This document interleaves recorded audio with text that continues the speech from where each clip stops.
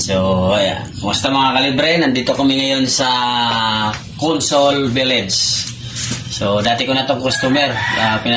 Pinalalamove lang dati yung board nito. PO error to dati. So, ngayon, mga 1 year na sir na. Mga 1 year na. So, ngayon, siniservisan na namin to.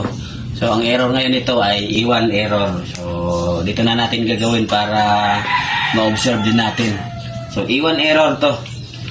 Common board. May idea. So, mamaya, baltaan lang namin kayo mga kalibre kung magra-running na. Ayan si Sir. Kamusta Sir? Shout out, sir. Shout out Sir, shout out. Hello.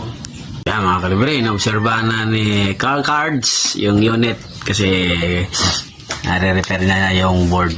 So, antayin na lang natin na mag-running o kung may lalabas pa na ibang error. O, tingnan mo nga doon nga kung walang error. Pasok si Ricardo. Siya lang muna ang tagapasok. Dito lang ko sa labas. Tingnan natin. So, medyo 3 minutes pa ito bago gagana eh. Dahil hindi sa breaker na namin inoon. So, antayin na lang natin ito nga gagana. Yan o. Ano na, tumorbo na kaagad o. So, running na. Iyon. So, yan siya.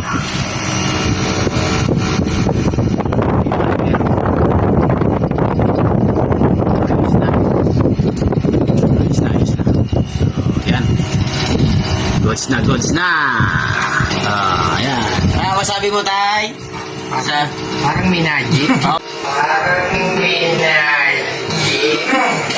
Parang minagic lang daw.